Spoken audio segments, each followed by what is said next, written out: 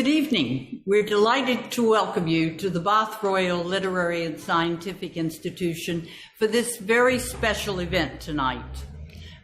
We want to celebrate the fact that Bath has been recognized twice by the UNESCO organization, and we have with us tonight to tell us how it all came to pass three individuals.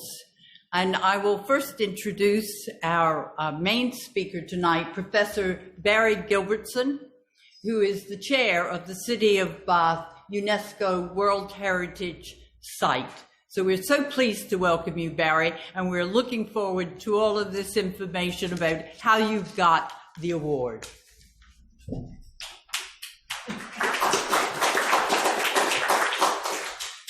Many thanks, Betty. Enormously kind of you to applaud. I prefer you saved it to the end, when hopefully it might be justified. Good evening, everybody. We are three people who are involved in the World Heritage Site. My other two speakers are here, and they are the two that have been greatly involved in the obtaining of the World Heritage inscription for the Great Spas of Europe.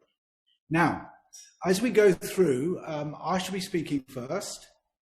And once I have spoken and talked about World Heritage itself, and then we'll go on to first Paul and then Tony. And so my first slide just mentions what UNESCO said in 1987 about Bath, that it's architecture and landscape combined harmoniously. And now I think we have to adjust that lovely, cute little phrase to say spa water combined harmoniously with both architecture and landscape. And so here is the agenda. Just as I said, three things for me to talk about, then Paul, and then Tony, and then some questions and answers, and we should be wrapped up and done by 9 o'clock. That is certainly the plan. Now, one of the key things for you to remember is that some of the slides are quite busy. Mine contain quite a few facts and bits of information, and I'm not going to read the slides to you. I hope that you will be able to read the slides and listen to me at the same time, which hopefully will enable the information to flow much more easily.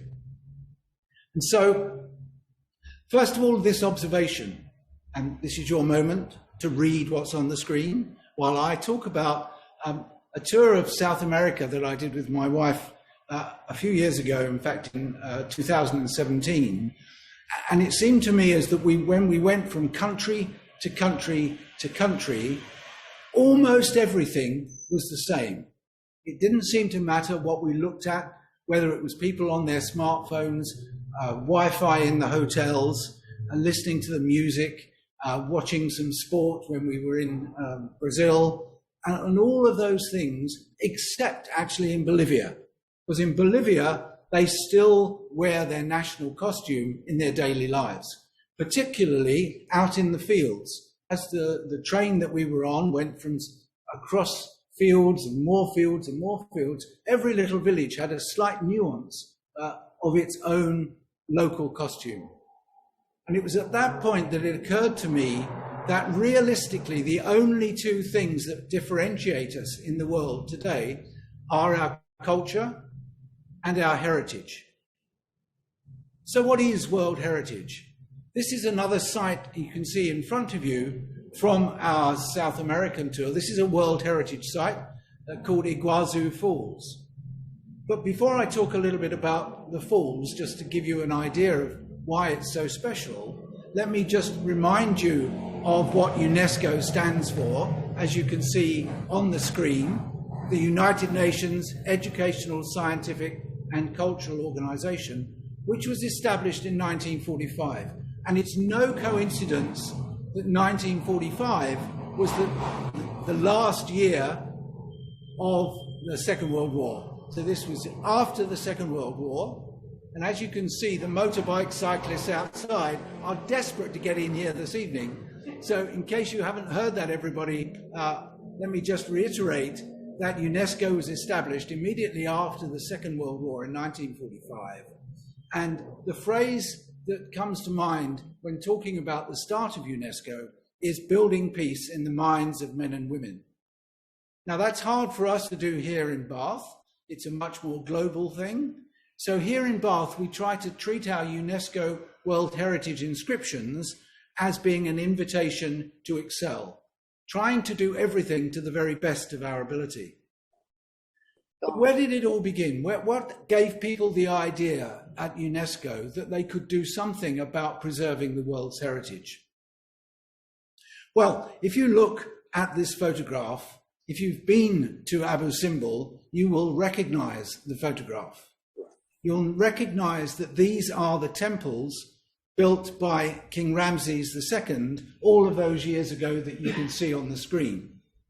And if you look right down at the bottom, you will see lots of little colored things. Now, they are people, and that will give you an idea of just how big this monument, these two temples, are. So what happened? Well, as you can see from the screen, they raised around $40 million. Now, if you think of the timing, the mid-1960s, $40 million was a considerable sum of money to preserve these temples.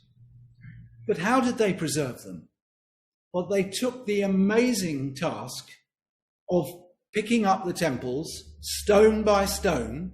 An average weight of stone was 20 tons. And if you think that a coach locally weighs around 7 tons, you get some idea of the magnitude of the problem. And so they took it apart brick by brick, inside and outside, and they picked it up and they moved it. They moved it 200 meters back away from the river, and they moved it up a height of around 65 meters to get it away from the new Lake Nasser that was being created by the Aswan Dam. And that gave UNESCO the idea that they could put together some kind of organization which would help to rescue and look after World Heritage internationally.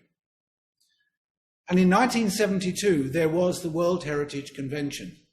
This was the first time this sort of phrase had been mooted, and the first time that people started to get together to figure out how to move it forward. The first 12 sites, mainly in France and Italy at that time, were inscribed in 1978. And you can see that the UK was a bit of a slow entrant, but not as slow as many others, when we joined in 1984.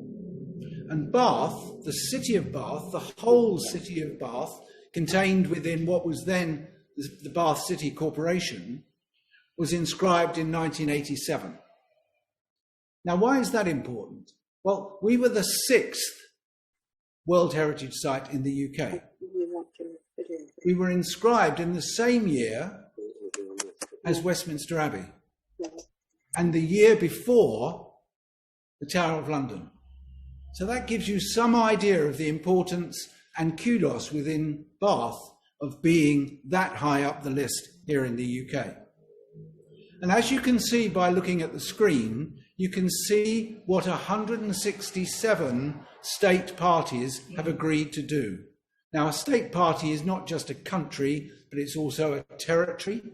And it's the same sort of list of countries, territories, or to use the phrase, state parties, that you see at the Olympics. And there are 167 of them signed up, and only about 25 of them do not have a World Heritage Site in their country or their territory.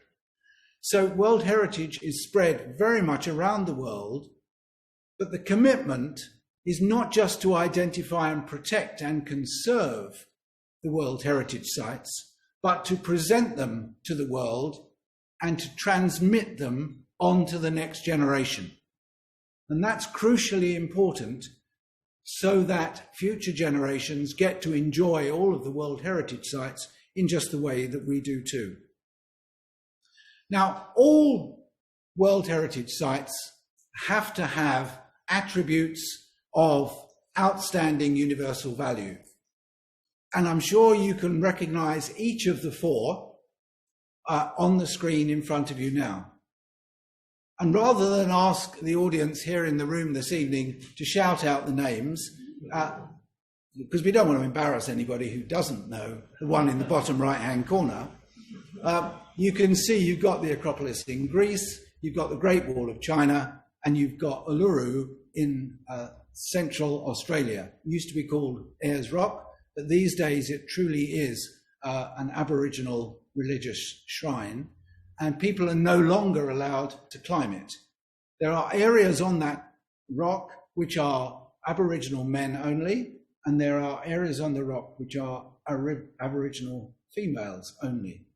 And when we were there in about 2017 or 18, what was clear was they were about to ban people from climbing it, because what was happening was that people from around the world were taking the opportunity to climb it before it got banned, and they took their youngsters with them and left their nappies on the rock. They left their water bottles on the rock. They left their Mars bar wrappers on the rock. And so the Aboriginal people have worked very, very hard now to clean up the rock. The rock is amazing. That photograph was taken from around 20 miles away. It is vast, really vast. And lastly, of course, you'll recognise, I hope, the one in the bottom right-hand corner. And that puts Bath on exactly the same plane as all of these other World Heritage Centres. Now, I mentioned that the inscription in 1987 was for the same border edge line as the council in 1987, and you can see it on the screen edged in red. Now, I said that every World Heritage Site has to have at least one attribute of outstanding universal value. Some have two, a few have three, and very, very few have six. And you can see there the long list of our 6 attributes of World Heritage outstanding universal value, which is a tremendous feather in the cap to the people of Bath over the many, many years that they've worked to look after, to preserve, to expose, to go for archaeological approach to Roman history. We know about the hot springs, and we're going to be talking about the great spas from that point of view later. But also, of course, we've got Georgian town planning. Nowhere had actually planned a town since Roman times, when John Wood and others here in Bath actually started to lay out the plan for the town as it expanded away from the heart, right in the centre. And that, of course, produced the fabulous Georgian architecture, mainly Palladian architecture, that we have in the city. And then you have a very strange one, which is about the 18th century social ambition. And that's about the world and his wife trying to come to Bath in order to improve their lot in life. You know, there's a phrase that was around at the time and has been said many years since. The reason for coming to Bath is to take the waters and marry off your daughters. And you can see that that's all about that social ambition. And Bath was the place that really came to life. And then lastly, we have the fabulous bowl of hills surrounding all of us here in Bath. And that green setting is part of, as I said at the front, architecture and landscape combined harmoniously. There are a few facts on the screen now for you to see about Bath, and there are some of them that are particularly important for the city itself. And one of those is the number of residents. That 89,000 residents includes around 25,000 students. So that gives you something around 65,000 people living in the centre of the city. And Baines itself only has around 190,000 people. You know, we're not a big local authority, and that means raising money is hard, and particularly here in the city centre, because if you think about 65,000 people, 2.2, 2 adults and 2 children in an average family perhaps, you end up with less than 30,000 households who are actually paying council tax. And so raising money is really tough here. And look at the responsibility we have. 4 ancient monuments, more than 5,000 listed buildings. That's the greatest number of concentrated grade 1 and grade 2 star buildings outside London. We have more than 1,500 planning applications and more than 700 listed building consent applications in a year. And if you just think of the number of council staff needed to do that, you begin to see how the economics of Bath and Baines are struggled against the responsibilities that we have. One of the really good things, though, is our almost unique ability to monetize the hot spas. And that's one of the key reasons why we're part of the great spa towns of Europe. You know, before COVID came along, the Roman baths were the most profitable local authority-owned heritage attraction in the UK, producing a net revenue of around £6.5 million a year. Most of that money went back into keeping your council tax down at a lower level. But some of that money has gone into the Archway project that you'll perhaps know a little bit about behind the Roman Baths, where the Claw Learning Centre is currently being developed. And also right on the corner of York Street and Swallow Street is going to be the World Heritage Interpretation Centre.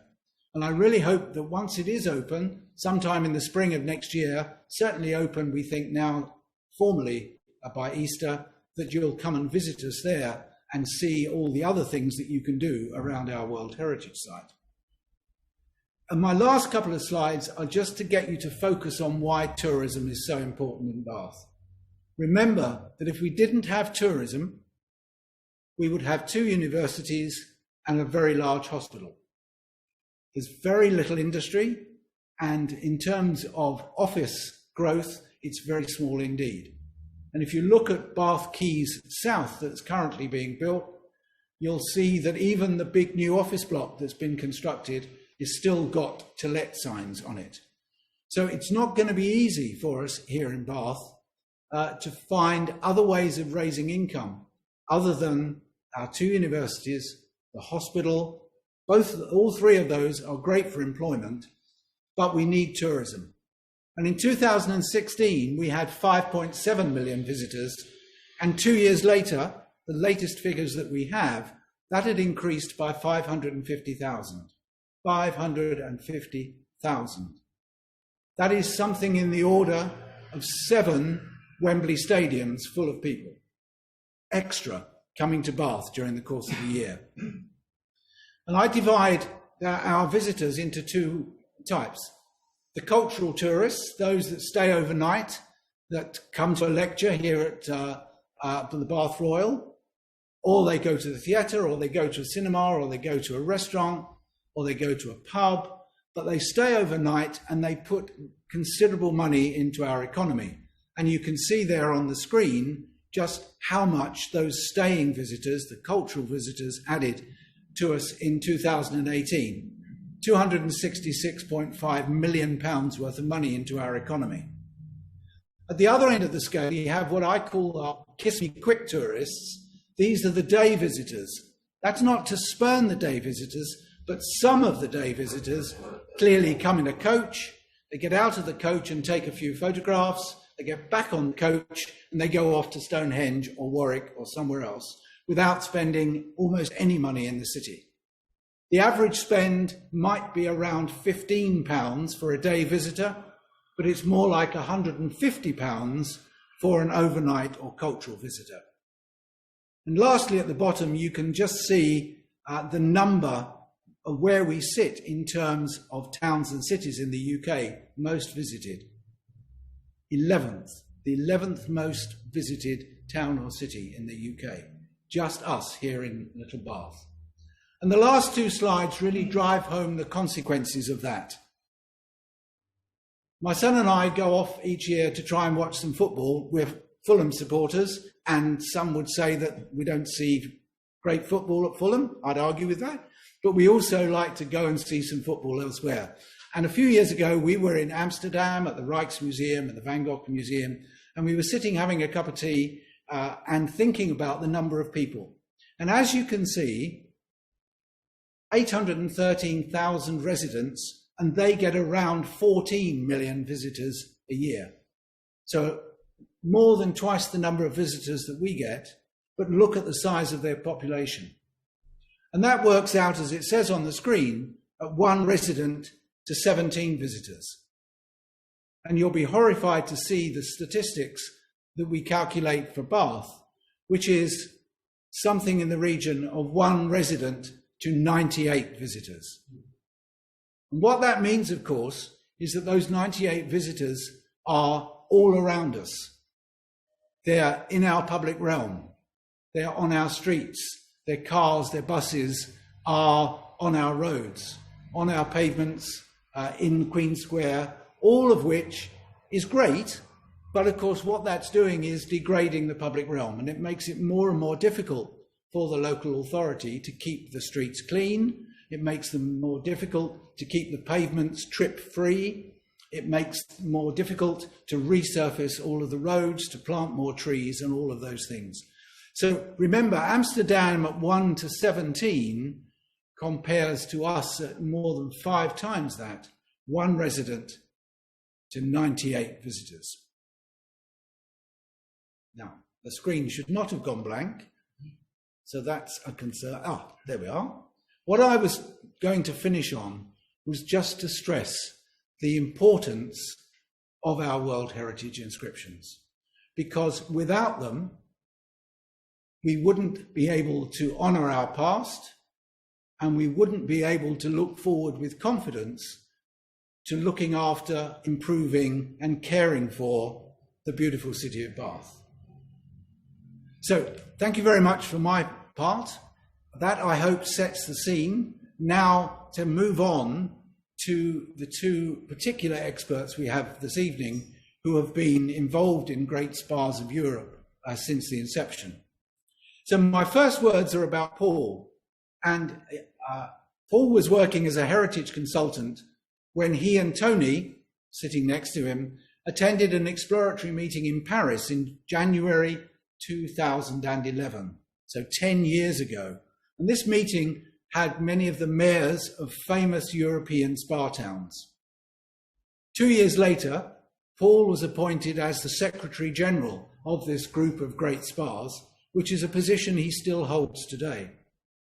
And now what Paul is going to do is to try and describe to you the journey, the long journey of 10 years towards Inscription this summer in China, when we joined the World Heritage List for the 2nd time. So, ladies and gentlemen, let me introduce to you Paul Simons.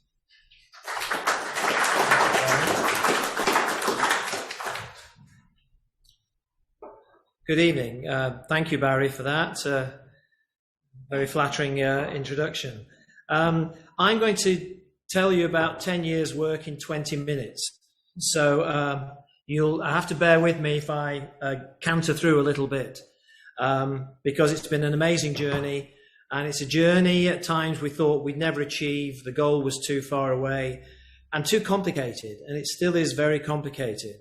I don't know if anybody recognizes this image. I'd like you to remember this one image. It's probably, although people at the Royal Crescent would argue, it's probably one of the most iconic images of the great spas of Europe. It's in Mariánské Lázně in the Czech Republic, previously known as Marienbad. And it's an incredible Art Nouveau cast iron building. And what it is a walkway to keep you dry between hot springs as you visit the spa town. But I'll come back to that later. The great spas of Europe responded to a challenge by UNESCO back in, which really started in about 2008, that sites previously had been individual sites, be they a single building, a cathedral, an archaeological site, a Stonehenge, or at times a city like Bath or Florence. But there's also ideas about thematic studies that were a series of different sites that reflected a certain tradition, a certain phenomena, that wasn't just located in one place, and it could even be transboundary. It could be across the boundaries of different countries. And so we have now a technical term called a serial nomination, i.e. more than one site, and a transnational nomination, more than one country. And we are both. The serial transnational nomination, which was at the time called the Great Spas of Europe. As Barry's been describing, Bath was on the World Heritage Site has been since 1987, and up until this year was the only spa town in the world listed as a spa on the World Heritage list, and there were no others. There were some other sites that had spas within them, but the spas weren't mentioned. But Bath did have mentioned in the first inscription the hot springs. And other countries, the Czechs in particular, but also you'd expect Baden-Baden in Germany to make a fuss because they think they're very special. There's a place called Spa in Belgium. And there are other towns that felt, if Bath's a World Heritage Site, why aren't we? And we started to get governments such as in this illustration, the Czechs put a spa town on the tentative list, which is the process you go through before you can put a full nomination in for inscription on the World Heritage list. The Czechs put a town called Hačovice in Moravia on their tentative list in 2006, and it was considered at the World Heritage Committee in 2008 in Quebec. And at that point, the committee said, hang on a minute, we know there are other famous spa towns. We don't want to get 20 nominations from 20 spa towns across Europe, all wanting to be World Heritage like Bath. And so they sent the Czechs away to do a thematic study of the spa towns to pick out what are the most significant, the most important towns, and the ones that represent an international and European phenomena of what the spa towns represent. At the same time, our dear friends in Baden-Baden were pushing at the gates and had a major conference in 2010 in November. Tony was there. The illustration here shows the published proceedings of the conference. And as a result of that meeting in 2010, when many countries in Europe were represented, the meeting then was held by the mayors, as Barry has said, in Paris in January the following year. So we all said there's no point putting in any more nominations for European spa towns until this global thematic study has been done of the spa phenomena. What is a spa? Some people call it, and other countries don't call them spas. They have different names for them: termes, lasny, balneology centres, a great number of different interpretations. And this very crude map showed that we initially identified a number of different spa traditions across the world where often indigenous people and ancient people have used natural mineral waters, natural thermal waters for their own use, very often associated with religious belief and very often associated with belief in healing powers. And very often they worked. The healing powers were true and were effective. And I won't explain what these different phenomena are, but I mean, just to say the yellow one is the onsen tradition of Japan and the Far East. Anybody who's been to Japan might have been to a traditional bathhouse and used the thermal and hot waters there. They do it very differently to what we do in Europe. So the European phenomena was identified as part of this global analysis. And I said I'd only got 20 minutes, so I really can't take longer. But this one slide deserves a lecture in itself, because it's really interesting to look at the different traditions that have created these various traditional treatments and spa beliefs around the world. In Europe, therefore, we took the European spa phenomena and looked at what are the most famous spa towns across Europe. In 1868 in Leipzig, Germans published the Badeker Lexicon, listing all the spas that they knew at that time in Europe. There are 689 spa towns and villages listed, an awful lot. And an awful lot of those still exist, probably now less than 400, but they do still exist. How are we going to get that down to a manageable group that was truly representative of Europe? And through a process of coming down from that very large number, we came down to 100 with a pool of experts from across Europe. And that then distilled down to about 50. And from the 50, we did a detailed study, this comparative analysis of those 50 sites. And we had a much more sophisticated system than just the traffic lights, but this summarizes where we got to. It was very straightforward for the best experts in Europe to identify the green ones. And there's not many of them, as you can see there. I think there's only 7. Yes, there's 7 who were obviously up there in the Premier League, to use Barry's football analogy.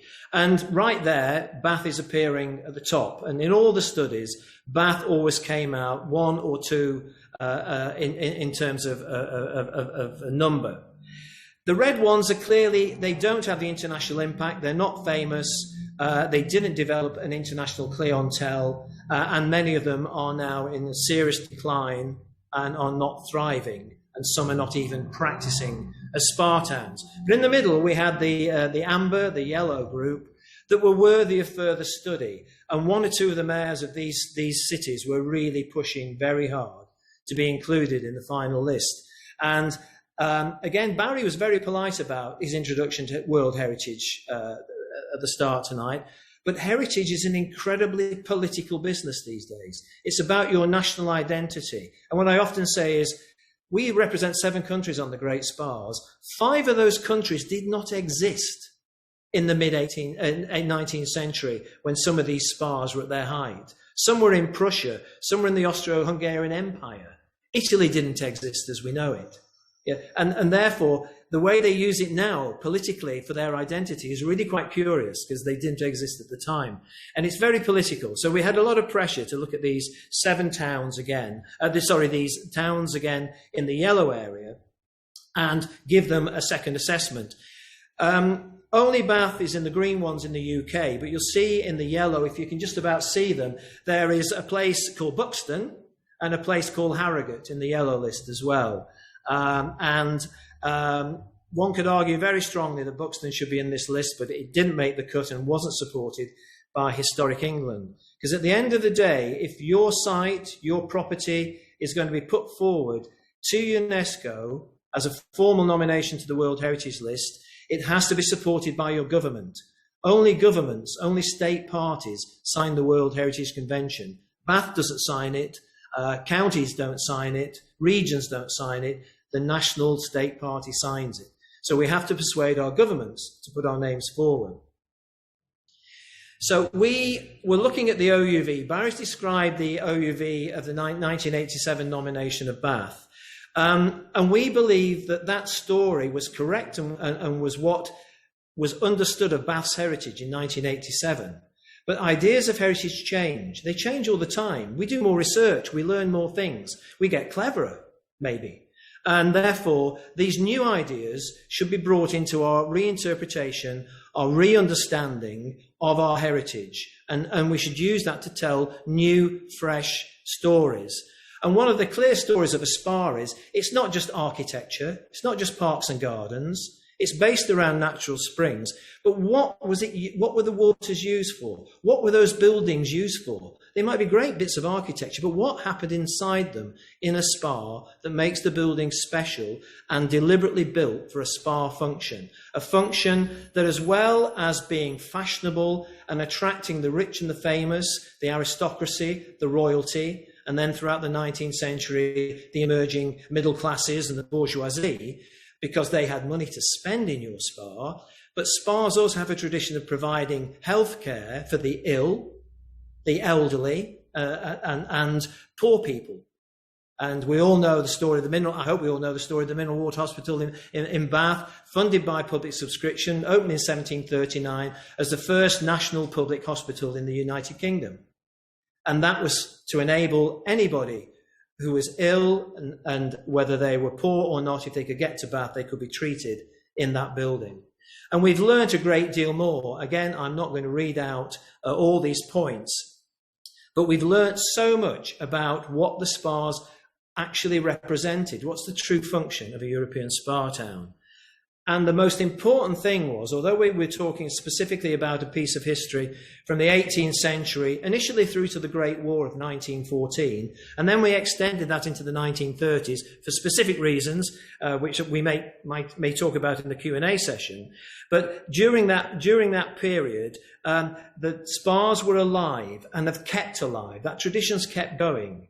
Now, in Bath, you might argue, well, hang on a minute, we've closed the spa down for 20, 30 years, but we've rebuilt it. We've reinvested in what we represent, and we've been, since Thermae opened, we've been a true spa city again. The other thing we've learned how important the landscape is in spas. Spas were specific urban designs for the spa function, and the landscape, the green open spaces, the parks and gardens right in the middle of the urban centre, the wider parks and gardens on the periphery, the English landscape, as most of our European counterparts call it, the meadowlands, the cure parks, and then spreading to the landscape beyond, the wilderness, the wild areas, very often designed wild areas of forest and rocks and mountains, were all part of what we now call a therapeutic landscape. Because as well as looking like lots of other landscapes, they were being used for a specific purpose. The doctors in the spa towns were saying, you need to take some exercise as well. You can't sit in water all day. You end up looking like a prune. You can't drink water all day, but you must do other things. You must go out and take exercise. And people in the 18th century weren't very good at taking exercise. And the landscape was specified for that. And certain doctors in certain spa towns developed certain walkways, an easy one, a more strenuous one, a really hard one, for different patients to take exercise during their stays at a spa town. But when you got to the top of the hill, you might find a cafe or a prospect point where you could sit and sketch, and you could occupy yourselves with doing that sort of activity as well. So many distinct forms of architecture were developed in the spa towns. We all know the assembly rooms, the pump rooms. You only find pump rooms in spa towns, and where they were linked with particular types of accommodation. The development of some of the greatest hotels happened in the spa towns as well as the capital cities. We have particular villas in spa towns where very often doctors would build the villas. They would live in part of them or live in the house at the back. They would hold surgeries in the building and also let out the rooms to guests. So villas are a very important piece of the architecture as well. Again, a villa in Bath might look like a villa in, where should we say, in Sheffield. But it's what it was used for that makes it part of the spa. And those are the reasons we went into this amount of detail. The other thing is spas became the meeting place. They became the place to be seen in the summer when everybody got out of capital cities and where people could mix much more informally. You wouldn't meet aristocracy and royalty in a capital city unless you were invited to a particular function. But walking around, and this picture is in Spa in Belgium, walking around Spa in Belgium in the summer, you could cross paths with aristocracy, royalty in the street. It was much more informal because of the relaxed atmosphere and the social scene and the diversions, as we got to call them, all those activities associated with spas that you could take part of during the day. And this painting in Spa, which is called the Café of Europe, and Baden-Baden called itself the summer capital of Europe when half of Paris used to move to Baden-Baden in the summertime. You can see here a whole list of monarchs, kings and queens, important writers, artists, musicians, actors, singers, painters, who would all go to the spa towns to get out of capital cities, but they would continue to perform, to create music, and therefore the spa towns have theatres, they have opera houses, casinos as well, because a lot of the spa towns paid for themselves by the income from the casinos. And you can see here we've got, as well as kings and queens, we've got the Duke of Wellington there, and all these people are painted on this 25-metre long canvas, which is on display in Spa. And it's just that snapshot illustration of the sort of people and clientele who are going to spas. And at the same time, the spa towns, again, which wasn't really known about, have a very proud history in breaking down these social barriers and democratizing European society. And that sounds a very grand statement, but we went into it in a lot of detail in the nomination dossier. They were tolerant. They had churches for every denomination of religion you could possibly find. You wouldn't find them elsewhere, but you'd find them in spa towns because everybody was welcome. Barriers were broken down. In particular, I'm sorry, my picture is right over a slide, but that slide is of Kaiser Wilhelm in Bad Ems in Germany, and he's in civvies. It's the only image of him, painting or sculpture, that he's wearing civvies. He always had a military uniform on, but in a spa town, you relaxed. He walked in the park in his civvies, and he spoke to middle-class people. He would never do that anywhere else. So those barriers were being eroded and broken down through visits to spa towns, and we don't think that was happening anywhere else to this significance. So a quick canter through now the images of some of our spa towns. We have 7 countries, and we have to use countries in alphabetical order. So the spa towns aren't in alphabetical order, but the countries are, because that's a UNESCO rule. So we start off in Austria, a famous imperial spa. It's only 25 kilometers outside of Vienna. I don't know if anybody's been there. It's Baden by Vienna. And basically, it was originally at the end of a day's hunting through the Vienna hunting forests, where the imperial palace and the emperors would ride out there hunting all day. They would stay in Baden by Vienna overnight, usually for a few nights, and they would enjoy hospitality there, and they would take the waters. And here you see on the right-hand side a small spa building at the top. That building is one of 8 different thermal establishments in the city, and bottom right is the casino, and just to the left of that picture is their assembly rooms. So you could assemble and have coffee and have a breakfast. You could meet and read the newspapers. Ladies were allowed to go in these places and read the newspapers on their own without being accompanied by their husband at the time, which you had to do in capital cities. All those borders and boundaries were being broken down in the spas. You would say you have to have spa in Belgium, don't you? But a spa is actually really quite a small town now. But again, it has bottom left. It has pavilions for meeting, for socialising, and covered walkways. This is the Parc de 7 Heures, which is the hour you go walking, and is a beautiful structure. It's currently being renovated. Casino top right, and the building, the lower building in the bottom right, is a major pump room where you still go and drink the very iron-rich waters, very good for you, straight up from the Ardennes forests. And it has a modern structure on it because it's got a tourist information centre. And most old spa buildings that the use has stopped in are now being converted to tourist information centres. But just 2 weeks before the nomination was considered in China, as Barry has mentioned, this city flooded for the first time in 120 years because of those horrible floods you saw in Germany that went through Belgium as well. Liège is just 20 kilometres from here. And a swirl of water was rushing around that building. And we put a climate change strategy into our nomination, but something really made you think, oh my goodness me, climate change has hit us 2 weeks before we're considered for World Heritage. And it was really badly flooded. In the Czech Republic, we have 3. I'm not time to tell you why there's 3, but these 3 spa towns during German times were known as Karlsbad, Marienbad, and Franzenbad. They are known also as the West Bohemian Spa Triangle. In West Bohemia, very near to the German border, and about 120 kilometres to the west of Prague.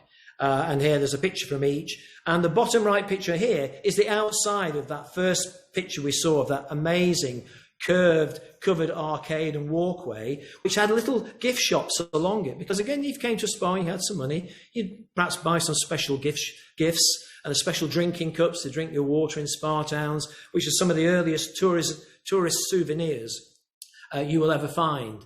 And this is the outside of that building there. Wooden Georgian galleries over springs in the parks as well. And top right is the castle in the middle of Karlovy Vary.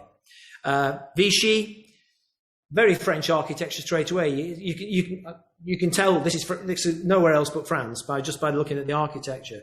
The opera house in the top, the drinking gallery, in other words, we called it a pump room, at the bottom right, which is in their Parc de Source, the famous park for exercising there. And so a very different type of architecture, but for the same sorts of functions that you find in spa towns.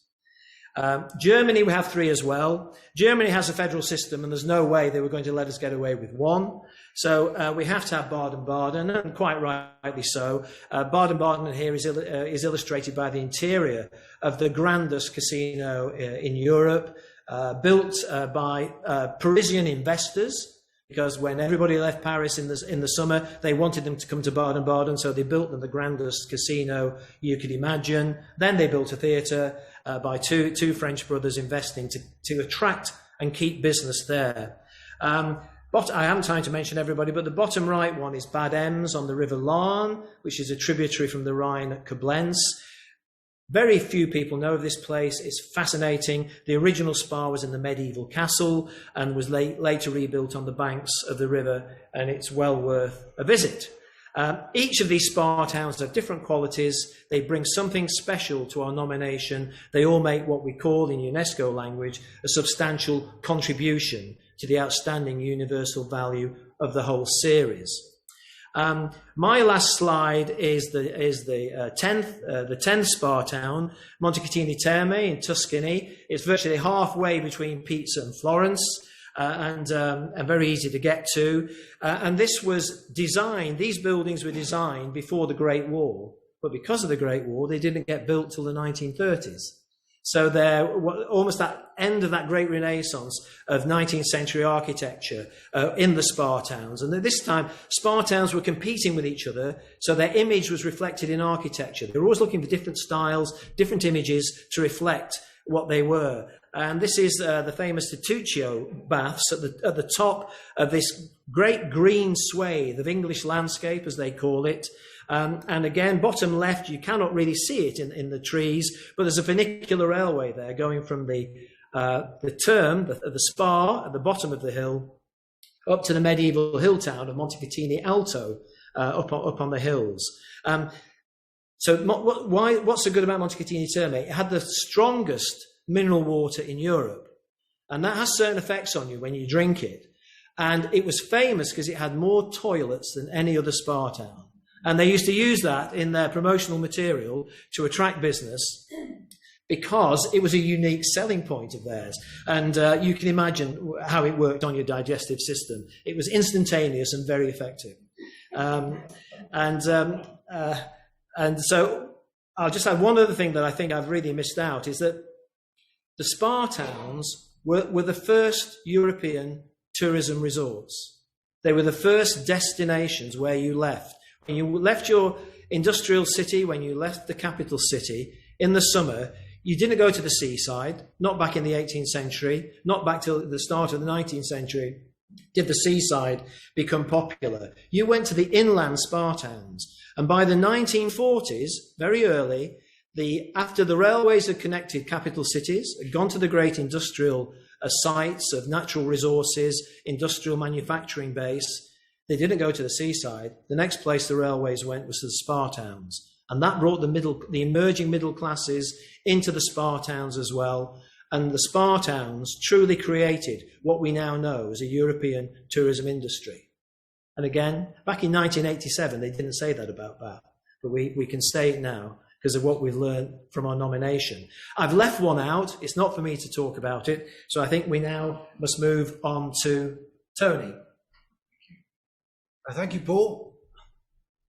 Tremendous to really get an understanding of the other 10 of the towns here in Bath Spa, being number 11. And it falls to Tony Crouch now to talk about Bath's role. And Tony and I have worked together. Tony is a full-time employee of the council. He is the World Heritage Manager, whereas my role is very much a voluntary role. But we've worked together now since 2017. And I think that Tony's role in World Heritage in Bath can be best described, if you try to put it into a nutshell, as simply ensuring that we do everything necessary to maintain our UNESCO status. Something that many people ask us about all the time. How do we make sure that we don't lose our UNESCO status? And we also have to ensure that we use this status for the benefit of our local community. We think that's hugely important. And part of Tony's role is to identify opportunities and to deliver projects, such as the Great Spa Towns of Europe, on our behalf. And now what I've asked Tony to do is to outline why we decided to pursue this project. Why did we want Bath to be part of the Great Spas? What were some of the challenges we faced along the way? And lastly, before we take your questions, Tony's going to talk about what he thinks it means for our city. So over to you, Tony. Thank you, Barry. Good evening, everybody.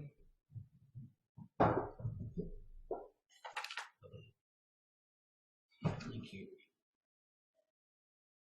Right, so as Barry's said, what I'd like to do is just follow on from Paul and bring us back a bit closer to home and talk about why Bath's involved in that and what it really means for us to have this accolade. So Paul and Barry have talked about the 2010 conference in Baden-Baden, the subsequent meeting in Paris that we attended, and then we brought that back to Bath, back to the council, and said, look, we've got an opportunity here, what do you think about it? Councillor Paul Crossley, I think, was councillor leader at the time, and we sat down and we looked at this as a potential opportunity. And the things that hooked the council, or the things we decided, were a couple of things. First of all, there was obviously an elite group of European spas forming, and we wanted to be in that group. We wanted to be in the Champions League, not Bundesliga Division 1, to follow the football analogy that's been going on before that. And we knew that it could bring significant benefits to Bath. We didn't quite know what they were going to be, all of them at the time, but we certainly knew there were possibilities there. We also knew it was likely to be a very long-term project, and the philosophy and phrase we adopted at the time was, we'll get on this train and we'll see where it's going. We knew it's long-term. We knew that there were various points that we could get off the train if we wished to during the process. But the one red line that we drew from the outset is that we would not let this process prejudice our existing World Heritage nomination. So the Great Spas inscription is an overlay on top of our existing inscription. If one should, what for does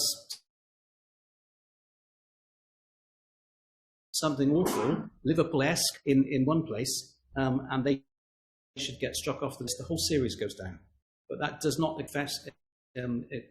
impact on our existing nomination. So that was a red line for us. But having made sure we got that risk covered, we joined the journey and we set out with the Great Spas group. We did face some questions at the time, especially within the World Heritage community sort of locally in the UK, and they said, well, why does Bath want to do this? You're already a World Heritage site. Is this not just badge collecting? Are you not just prejudicing others in going for this? Well,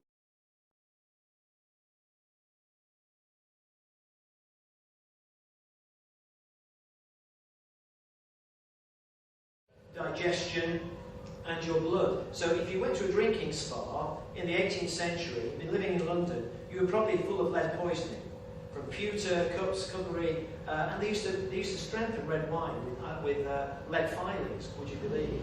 But after you've been here for 2 months drinking the water, it cleanses your blood, completely clean you through. Other waters, particularly hot thermal waters, are really good for physical ailments, like what we now know as rheumatism, arthritis, the onset of arthritis. And using hot water with local nuts and as great poultices and peloids, you would be able to use that for easing other muscular problems. It's also, certain types of water are very good for skin diseases like psoriasis, eczema, depending on the mineral content.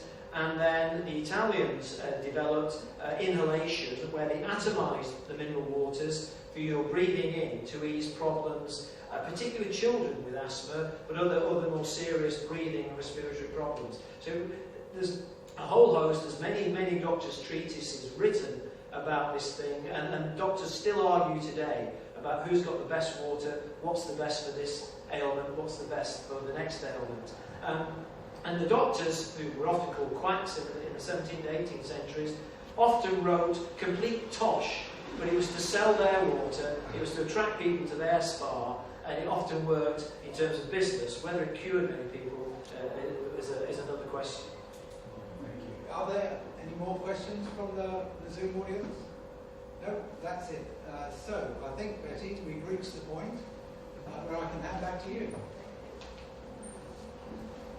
Well, I want to thank you for telling us such a fascinating story, and we certainly want to congratulate you on taking the long road and getting us to this point where we can celebrate our second inscription in Bath. So thank you very much.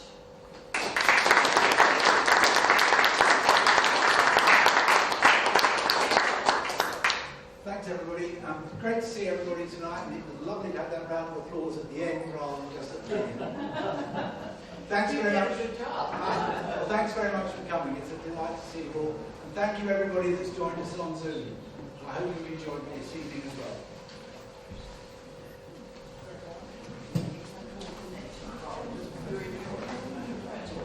I should say that in case you want to ask us any further questions that you didn't want to put your hand up to ask, any one of us will be able to organise the answer if you email us with the details put on the screen.